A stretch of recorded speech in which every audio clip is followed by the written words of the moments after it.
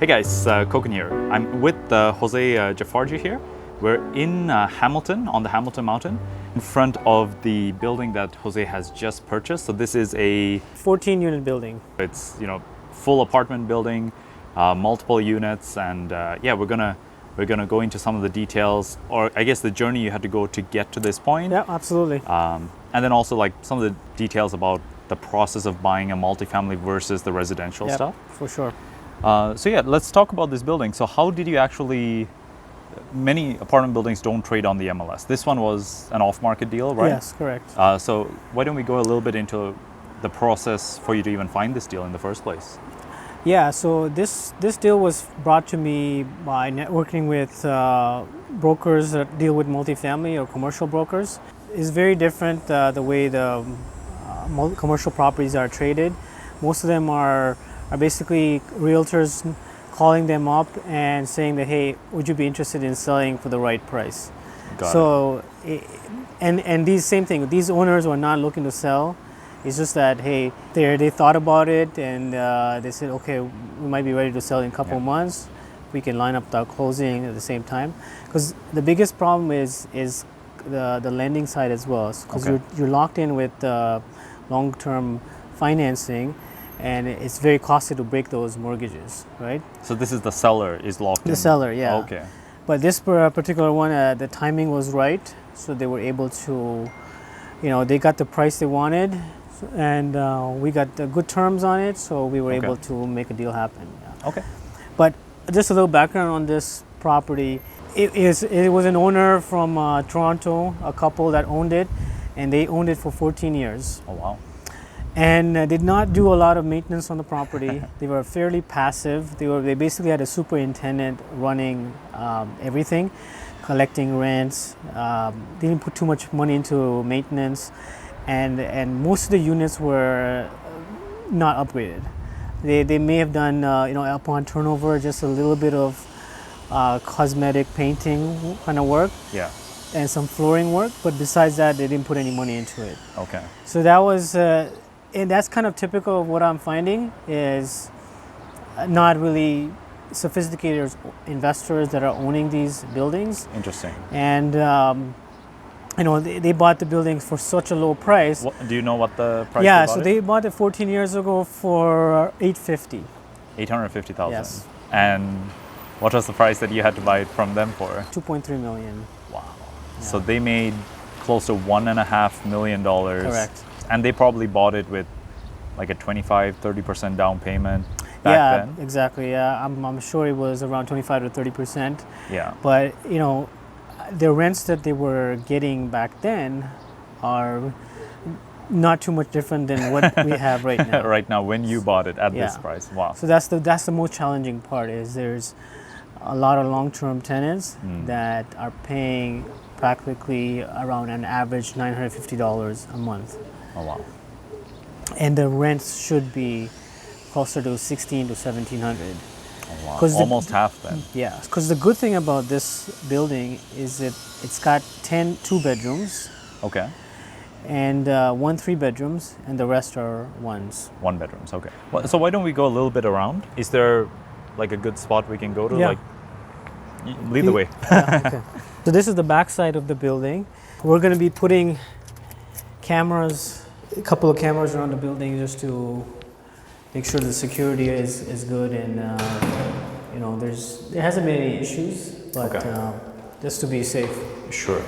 So when you bought it, were there any vacant units, or are they all tenanted? Yes, there was one vacant unit, which I'm taking you to right now. Okay. Okay, wow.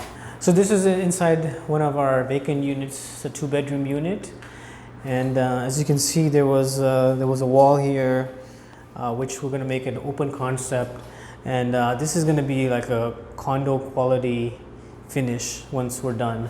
So we're right now just in the middle of it. We had our electrical done, all the demos done, and we're going to have an open concept with an island over here, quartz countertops and stainless steel appliances. Brand new flooring, brand new bathroom. So let me take you down here this way. So it's kind of nice and spacious units. They're around 750 square feet or so. Bathroom is just we're pretty busy right now, so we've got a lot of construction going on in our other projects. So it's going to be turned around, but yeah, it's decent sized bedrooms, and yeah, so it's going to be rented for. We're going to target to rent for approximately 1,700. Okay. And I think we should be able to achieve that, given the quality that we're going to be renting. You're going to get it to. And the fact is that we're also going to put an ensuite laundry as well in the unit. Okay. So we have a laundry room as well, but an ensuite would definitely fetch a little bit more rent, maybe by around $50 more than we would have expected. But yeah, it's. We put in the plot lights already. A lot of drywall work to be done, and so yeah, it's going to be an exciting project where our plan is to turn over every single unit in this building. Yeah. Okay. And basically, our net operating income is gonna right now is around 80,000. 80,000. Yeah. Okay. And we're gonna increase it to around 150. Okay. Is our target. Yeah. In about 2-year time frame. Got it. So what's the budget for a renovation like this? So to turn over a unit, what kind of numbers are you targeting?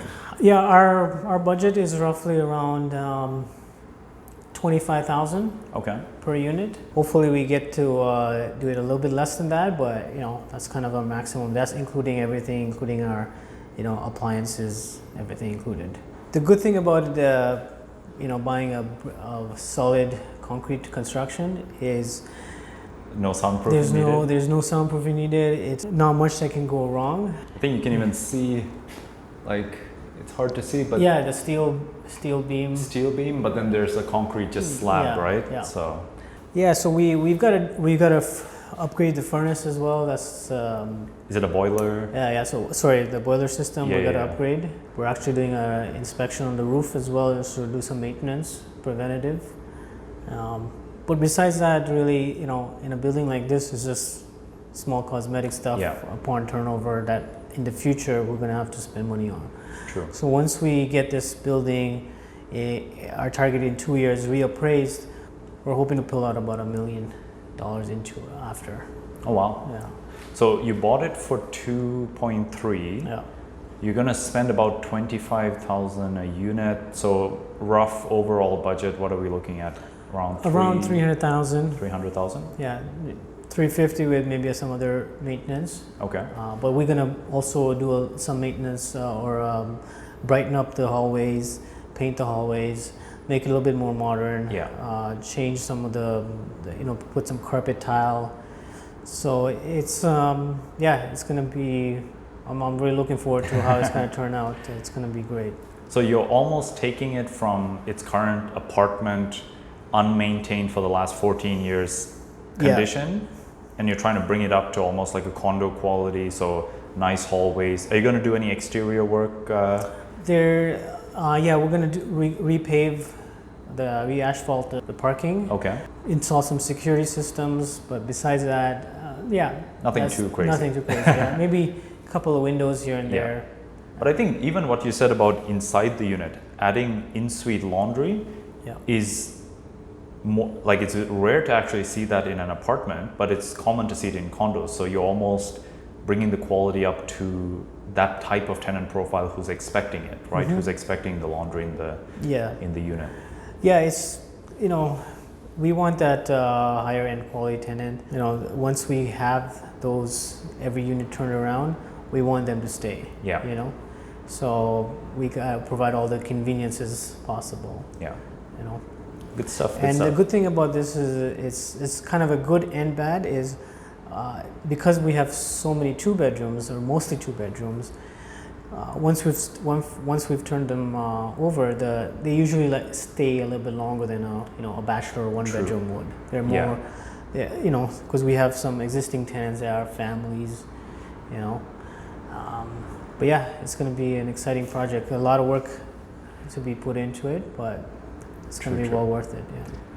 Good stuff. So going back to the numbers, so you bought it for 2.3, you're going to put around 300, so you're going to be in it for about 2.6. Yeah.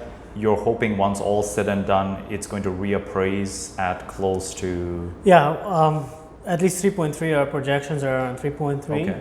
And then we would try to get a CMHC, like under 2% mortgage. Okay. Upon when we sign a new mortgage on the property. So why don't we talk about the purchasing side? So 2.3 is the purchase price. Yeah. You had to come up with what was the down payment, what was the financing that you had to go with to get this building? Financing, because the net operating income NOI was so low. Yeah. We had to get it was 65% loan to value. Okay. So 35% down payment. Yeah, correct. Okay. And with commercial, what a lot of people don't realize is there's a lot more costs. Yeah. So there's budget around $10,000 in legal fees. Oh wow. Because you got to pay not just so it's around $5,000 for our lawyer, and then you got to pay $4,000 or $5,000 for the lender's lawyer as well. Okay. Yeah. So it adds up. Yeah. Yeah. And then you got to do environmentals. Phase 1, right? You got to do appraisals, and appraisals usually cost between $2,500 to $3,500 if you want to do some special things. We had to kind of make a hypothetical case that hey, future value once we turn around this building is going to be worth, so they had put in exactly at 3.3. Okay. So the bank knew that what our plan was, and they look at our past history and our portfolio. So and obviously the potential for this building, and they lend you based on that. That's interesting. Your experience in the residential investments counted for something with this lender. Yeah. Now that you're going into commercial, they cared that you know how to manage properties, you know how to manage renovations, you have done many projects before on a smaller scale. That gave them confidence to go ahead and give you the loan on a $2.3 million building, right? Yeah, exactly. Okay. So talk to us about interest rates and terms. So this mortgage was, you mentioned it wasn't with like the A lenders. Yeah, absolutely. No A lender is going to lend you because of the low NOI. Okay. Right? You typically, most investors, they start with a B lender. Okay. Especially when you're buying something like this. The way that these buildings are traded is almost like the NOI is sort of irrelevant. You're buying based on price per unit. Price per unit, okay. And what was the price per unit? So it was just a little bit over $160,000 per unit. Okay. Which is not horrible. Downtown you can buy for a lot less, but on the mountain you're paying a little bit of a premium. Okay. Yeah. So $160,000 is basically under market rent, unrenovated price per unit. And then at 3.3, we're trying to bring the value per unit almost close to two. Yeah, it's going to be over two. Over 200,000. Close to 225. 225 per unit. In about 2 years we should be able to achieve that. Yeah. Interesting. Yeah. So so when you're buying, the cap rate is super low, that's just the way it goes. You're gonna have a challenge to find if you want a premium property in a premium location, your cap rate is gonna be, around the 3% range. Got it. So you're not buying this based on the cap rate. You're buying it based on its potential, what you can get it to, right? Yeah. B mortgage, 65% loan to value.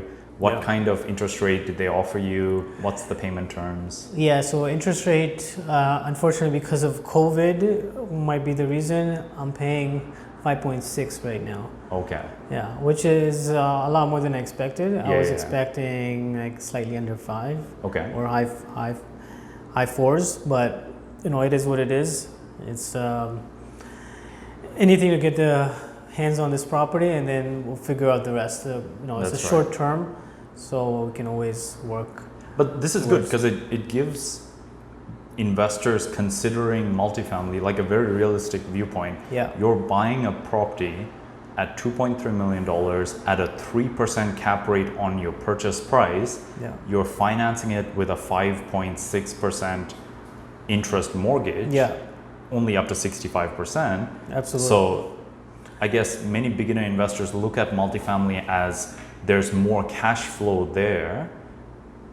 While it's true, once it's all said and done, the cash flow is going to be there. It's not so straightforward as they may think. No, right? 100% not. Like buying this building was a big investment. Like I wouldn't recommend it for a new investor, beginner investor. This is a longer term strategy. And you got to have some deep pockets or partners that have support with deep pockets. Because you're going to be putting in a lot of money up front, reinvesting in turning the units around. And then, after 2-3 years, reaping the rewards. It's definitely not a fast thing. You're better off doing a duplex conversion, if you want a faster return. That's how you built your experience and your portfolio first in duplex conversions here in Hamilton and Oshawa, right? So I guess why don't we talk a little bit about that? So what was your journey? I'm still doing. I have 3 projects on the go right now. Duplex other conversions. than this property. Other than this. So it's actually the most challenging part is finding contractors right now. We've got a couple of good teams, but we need so much. We have a ton of construction work going on, and different partners, and some are joint ventures. Duplex conversion is going to get you a faster return on your money, but this is just to build like the scale. That's right. You're going to have that scale effect on multifamily. Right? The bigger you go, the bigger the profits. Because everything is multiplied. Right? So like this is, we bought this at a 3.5 cap. It's going to be, once we refinance, they won't go at a 3.5, probably around high 3s or maybe close to 4.